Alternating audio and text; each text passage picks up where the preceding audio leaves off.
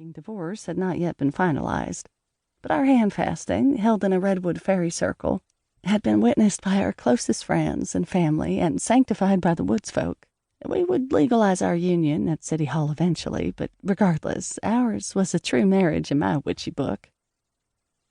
"It was a great honeymoon," I said. "It was.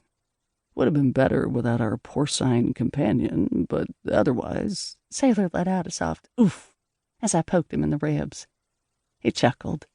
"All I'm saying is that it would have been nice not having to explain the presence of our pet pig everywhere we went.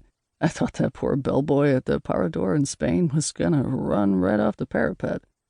The Parador was a 10th century Moorish fortress turned castle turned hotel, perched atop a hill overlooking the city of Tortosa and the Ebro River.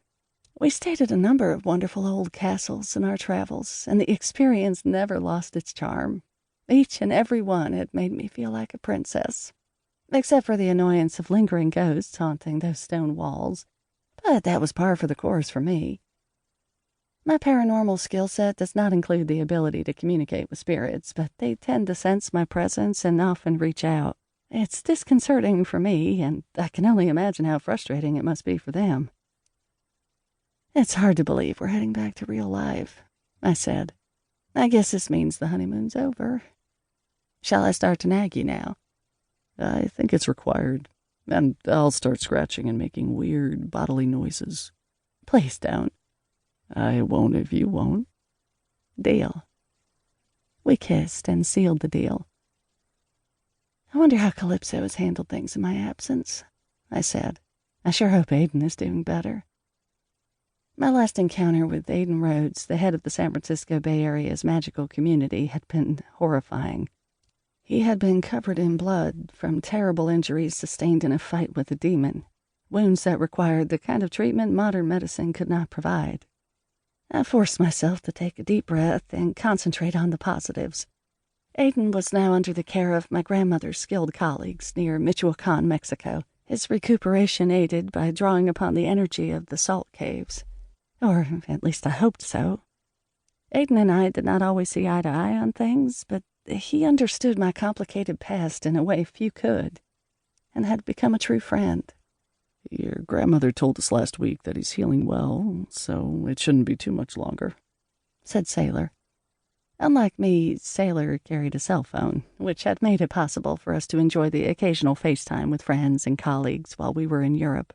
"And just think, in the meantime, you get to fulfill your egomaniacal ambition to be the grand poobah of Bay Area witches." "I have no such ambition," I scoffed.